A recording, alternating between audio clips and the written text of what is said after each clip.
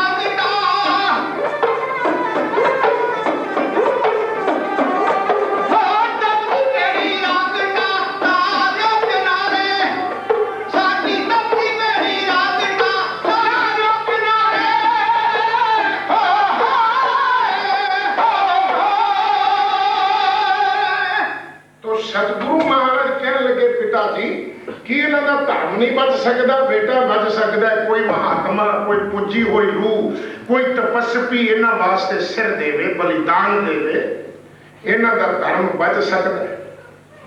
पूजा पिता फिर तुहाडे नालों वड्डा तपस्वी, ये गल ठीक है कि हर एक पुत्र अपने बाप की वडियाई करता, लेकिन जो साहब कलगियां वाले पातशाह गोबिंद राय हजूर, हले हजूर की उम्र छोटी है, कद छोटा है, लेकिन पावर ताकत बड़ी तकड़ी है।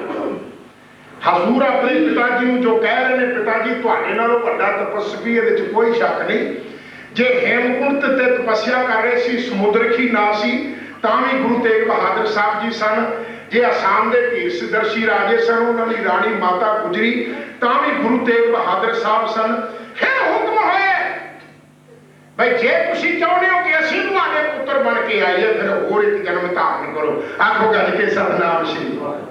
फिर हजूर दे गुरु हरगोबिंद साहब के साहबजादे बन के आए। सफदर साहब का नाम पहले त्यागमल सी, त्यागमल। और तेग बहादुर कदों बनया, तेग बहादुर कदों रखिया? जब छेवें पातशाह गुरु हरगोबिंद साहब चौथा युद्ध, चौथी लड़ाई, जिस पहले खान हथी पालिया, ये गल बड़ी लंबी है, किवें होया, किस तरह होया, किस तरह जंग होया, किवें पहले खां अलग होया, ये बड़ी लंबी गल था। लेकिन मिसाल के तौर पर अर्ज कर रहे हैं, पहले खान जिस वेले हजूर का चौथा जंग करतारपुर साहब होया, जो पहले खां, काले खां, ख्वाजा अमर खां वगैरह, एक 75,000 फौज लैके करतारपुर साहब आए और सतगुरां नाल 1800 सिंह सी। और उस वेले हजूर ने, छेवें पातशाह ने अपने शहजादियां को लड़न की आज्ञा दी है। ते सब तो ज्यादा तेग हजूर के साहबजादे तेग त्यागमल ने हजूर ने चलाई, ते उस तो फिर अपनी छाती ना ला के हजूर गुरु हरगोबिंद साहब कह लगे, ये त्यागमल नहीं, मेरा तेग बहादुर है। आखो गज के सतनाम श्री। ये तेग बहादुर है, सतगुरां दा तेग बहादुर लकब रखिया। श्री साहब तलवार चलाई हजूर ने बताने जंग विच, और श्री साहब चला के दुश्मनों को मार के लकब पैदा किया महाराज।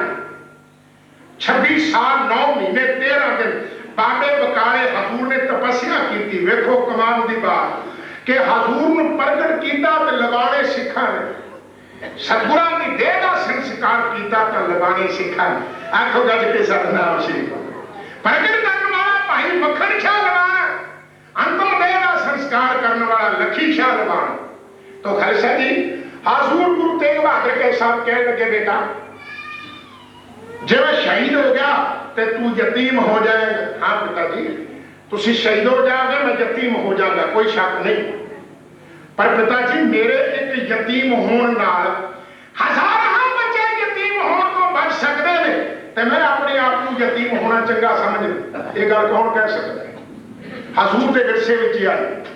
हर कोई आखदा बड़ा मैं चक्रवर्ती हर थां ते मैं मुकीम होवां, मेरा झंडा जहान ते रह घुलदा, सारी दुनिया का राज करहीम होवां, कुलदियां सिद्धियां पैर चुमन, 73 वैर तो वड्डा हकीम होवां। ऐ पर अज तक किसी ने आखिया मेरा बाप मर गया मैं यतीम होवां। ये हजूर के विरसे विच आई। बेटा जे मैं शहीद हो गया तो तेरी प्रतिपालना कौन करेगा? पिताजी मात गर्भ में अपन सिमरन दे तय तुम राखना है। जिस निरंकार ने 9 महीने माता के उधर च मेरी पालना की, हूं तो मैं 9 साल का।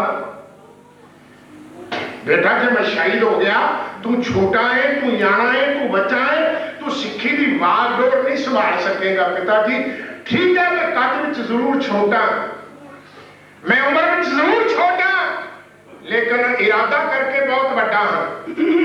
हजूर ने कहता जाओ भाई तुसी अपने बादशाह को कह दो कि सानू मुसलमान कर रहे हैं, तुसी कहो सी अपने आप मुसलमान हो जावांगे, तुहानू खेचल करने की लोड़ नहीं पैगी। केवल एक हजूर तेग बहादुर साहब सच्चे पातशाह को गिरफ्तार कर लो। लो खालसा जी आ कह दो इन्हों जरा सफर करिया जे कि गोबिंद राय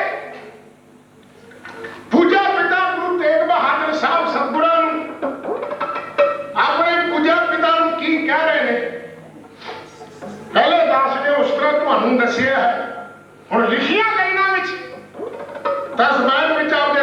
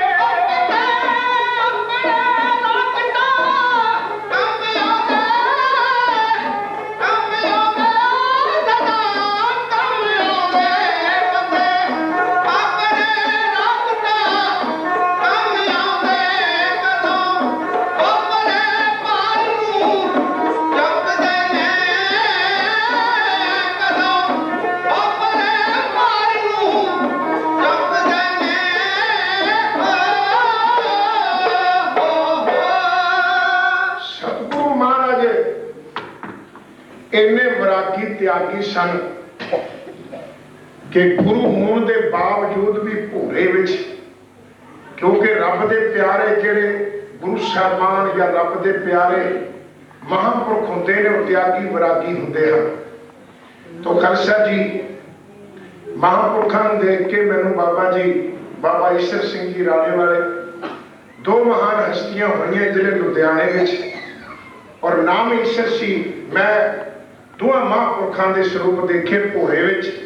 एक बार दर्शन करने का सुभाग समा दास नूं प्राप्त होया, राणा साहब में गया भोरे विच, मैं स्वरूप लगा वेखा दोवां महापुरखों ने इस तरह जफी पाई है, थले नाम लिखे हुए ने ईसर सिंह जी और राणे वाले ते कलेरा वाले। बाबा ईसर सिंह जी बाबा नंद सिंह के सेवक कलेरा वाले महापुरख होए, और बाबा ईसर सिंह जी राणा साहब वाले जिन्होंने पिंडा में इन्ना प्रचार किया, इन्नियां संगतां गुरु नाल जोड़ियां।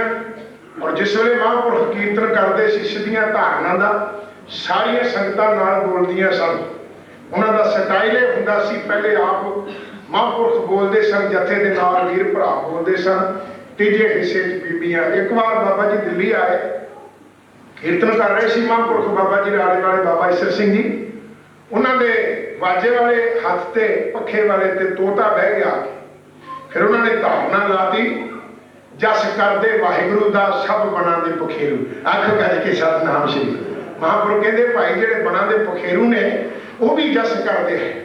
सो महापुरख रब दे प्यारे ही, क्योंकि गुरु नाल किसी नूं जोड़ देना इदों वड्डा पुण्य कोई नहीं, ते किसी नूं तोड़ देना इदों वड्डा पाप कोई नहीं। कोई जन हर्षो देवा जोर, चरण गहो बको शुभ रसना दीजै, प्राण अकोर हम संतन की रेन प्यारे, हम संतन की सरना, संत हमारी ओट सतानी, संत हमारा गहना। कई बार असीं कहते हैं जी संत ते गुरु ही सन, और खालसा जी ख्याल करना, कबीर सेवा को दोए भले, एक संत एक राम, राम जो दाता मुक्त को संत जो पावे ना। जे राम नूं ही संत कह दिता तो फिर संत कौन रहा? न उस्तत जाके लोभ मोह बमाना, हर सोगते रहे न्याव नाहे मान अपमाना। आशा मनसा सगल त्यागे, जो उन्हें लिखिया ना कि उन्होंने त्यागया होया सी, आशा भी मनसा भी। आख गज के सतनाम श्री। माता जी ने भले परिवार को गुरमुखा ने मंगवा के दस्तारबंदी कर दी, रस्म कर दी, लेकिन करन तो बाद फिर महाराज भोरे च पै गए। आख गज के सतनाम श्री। भाई मखण शाह लवाणे नूं कहण लगे, मखण शाह जे तू सानू साडे लई रौला पाया, सानू बरकत कीता, सानू जाहिर कीता, ते दरगाह विच तेरा मुंह काला हो जाएगा। उन्हें चुल्हे दी लैके ना कालश ते मुंह काला करके कहंदा महाराज अगे भी दरगाह विच भी तुसी हो, इत्थे भी तुसी हो। आखो सतनाम श्री। जिन्हों दे प्यार विच रंगे ने वो गल विच छितरां दा हार पाउणों गरेज नहीं करते, खोते उते चढ़नों गरेज नहीं करते। भाई लगा परोपकारी तो गुरसिख जिहड़े परोपकारी ने वो अपने आप को कभी संसार दे विच नहीं रखते, संसार तो इसे लिए आख्या कि भगतां ते संसारियां जोड़ कदे ना। मैं सो के जाना चाहना खालसा जी ख्याल करना। गुरु तेग बहादुर साहब सच्चे पातशाह कितने वैरागी त्यागी सन, उतना उन्होंने जिन्नी बाणी है सब ही जी बाणी है वैरागमई बाणी है। इतने वैराग में रहते सन गुरु तेग बहादुर साहब सच्चे पातशाह। जिस वेले तो अनंदपुर साहब तो हजूर तुरे, संगतां वैराग में आईए, साहब ने आख्या रोगो ना बेटो, हांसो देखकर मुझको, मैं शीश की पेड़ चढ़ाने चला हूं। जो लगी है आग पापों की जल रही है दुनिया, मैं फूंपा अपना बुझाने चला हूं। जो जंजू को तोड़े वो चोटी को काटे, वही तेज खंजर में खाने चला हूं। मेरी बसी दुनिया उजड़ जाए बेशक, मैं हिंदुओं की दुनिया बसाने चला हूं। मेरे बच्चे रोते रहे तो मैं खुश हूं, मैं हिंदुओं के रोते हंसाने चला हूं। जो गिर गए हैं मंदिर गिराए औरंगजेब, मैं फिर से उनको बनाने चला हूं। एक गल कहेंगे सतगुरु आगरे जाने दो कारण सन, दो अरदासा सन।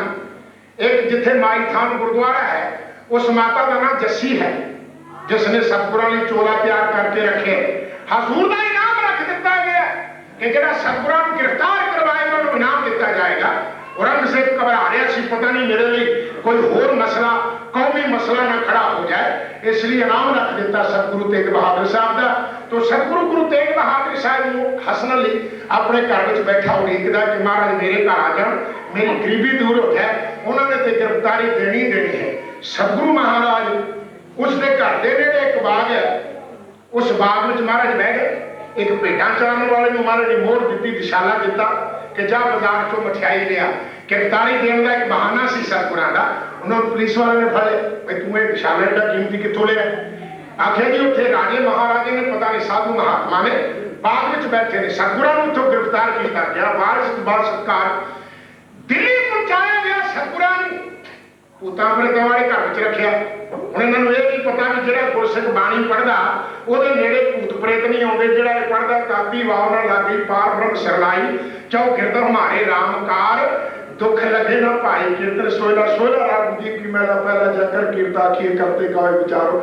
जिहड़ा पढ़न वाला गुरसिख है ਉਹਦੇ नेड़े भूत प्रेत कित्थों आउणगे? तो खालसा जी भूतां प्रेतां सतगुरां नूं पुण्य हासिल कीते, उन्हें फ्रूट हासिल किए कि साड़ी जूनी बदल गई। सतगुरां की ते बादशाह की मुलाकात हुई। गल करदा करदा बड़े लहजे नाल बड़े प्यार नाल बोलदा बोलदा कहंदा जी मैं पीर मनागा, मेरा इलाका मुर्शद मनेगा, आप जी नूं रहबर मनिया जाएगा। पर हुण कोई बंदा जब गल करदा करदा पर कहंदा है उहदे पिछे कुछ होर हुंदा है। कहंदा पर जे इस्लामी मजहब कबूल कर लो। मारे कह लगे भाई जब उस मालिक ने औरंगजेब दो बनाए है, आपको अपना मजहब आपको अपना धर्म सब नूं प्यारा। तेग बहादुर बोलिया धर पईया धर्म ना छोड़िए, बांह जिन्हां दी पकड़िए सरदीजा बांह ना छोड़िए। मारे कहंदे भाई तू क्यों दखल देना?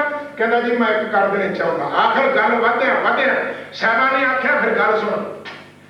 अखीर गल सतगुरां कहती भाई जे तू दुआं तो एक करने चाहुंदा उस मालिक दा हुक्म है तीन बनणगे। इशारा सी खालसा पंथ की साजना कलगियां वाले पातशाह ने करनी सी। उहदा इशारा सी सतगुरां दा। सतगुरां मुड़ियां सिखां वाले पिंजरे विच बंद किया गया। सतगुरां दा सीत प्रसाद हजूर ने तकिया मेरे नाल कौन ने? भाई दयाला है, भाई मती दास है, भाई सती दास है।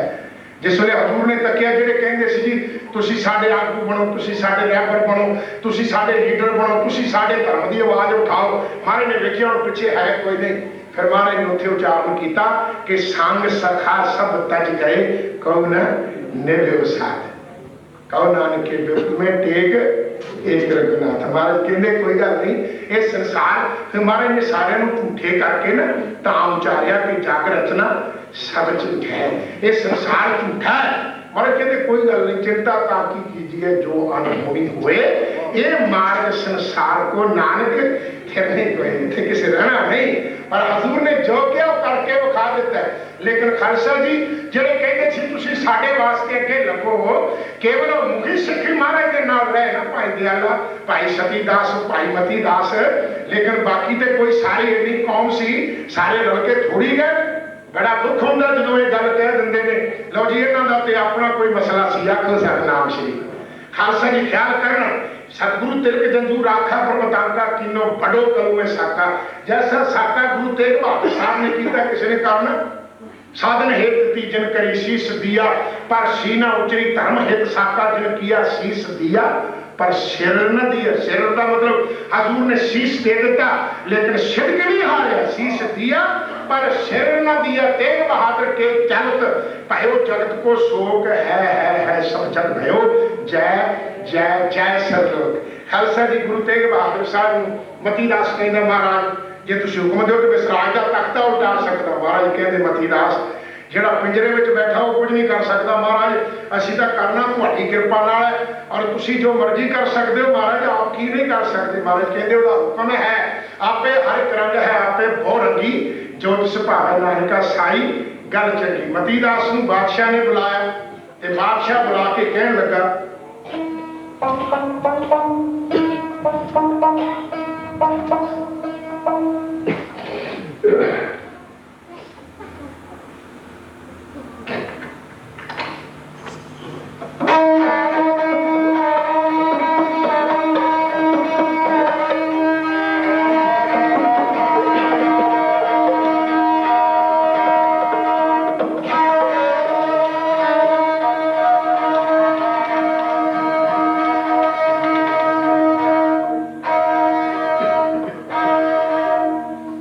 ਕਿ ਮਤੀਦਾਸ ਤੂੰ ਹੀ ਆਤਮਾ ਜਿਹੜਾ ਕਹਿੰਦਾ ਸੀ ਮੈਂ ਇਹ ਕਰ ਸਕਦਾ, ਮੈਂ ਉਹ ਕਰ ਸਕਦਾ। ਭਾਈ ਮਤੀਦਾਸ ਨੇ ਆਖਿਆ ਮੈਂ ਹੁਣ ਵੀ ਕਰ ਸਕਦਾ। ਭਾਈ ਮਤੀਦਾਸ ਔਰੰਗਜ਼ੇਬ ਦੇ ਸਾਹਮਣੇ ਬਾਦਸ਼ਾਹ ਨੂੰ ਕਹਿ ਰਹੇ ਪਿਆ ਮੈਂ ਸ਼ਰਮ ਕਰਿਆ ਜੀ